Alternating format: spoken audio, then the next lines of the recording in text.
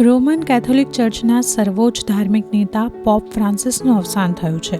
તેઓ લાંબા સમયથી બીમાર હતા અને તાજેતરમાં જ હોસ્પિટલમાંથી ડિસ્ચાર્જ થયા હતા.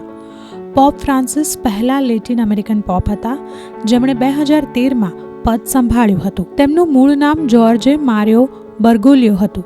તેઓ 13 માર્ચ 2013ના રોજ રોમન કેથોલિક ચર્ચના 266માં પોપ તરીકે ચૂંટાયા હતા. પોપ બન્યા બાદ તેમણે પોતાનું નામ ફ્રાન્સિસ સંત ફ્રાન્સિસ ઓફ અસિસીના નામ ઉપરથી રાખ્યું હતું, જેઓ દયાળુ, સાદગી અને પર્યાવરણ પ્રેમ માટે ઓળખાતા હતા.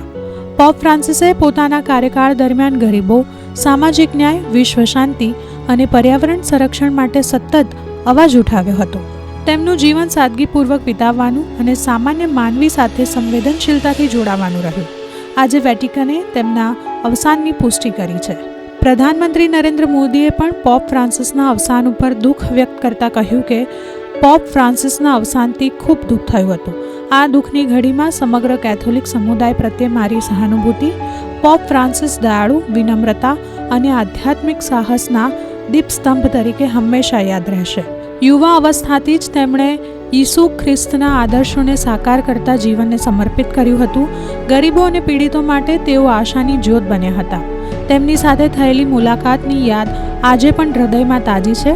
ભારત પ્રત્યે તેમનો સ્નેહ હંમેશા યાદગાર રહેશે. ભગવાન તેમના આત્માને શાંતિ આપે.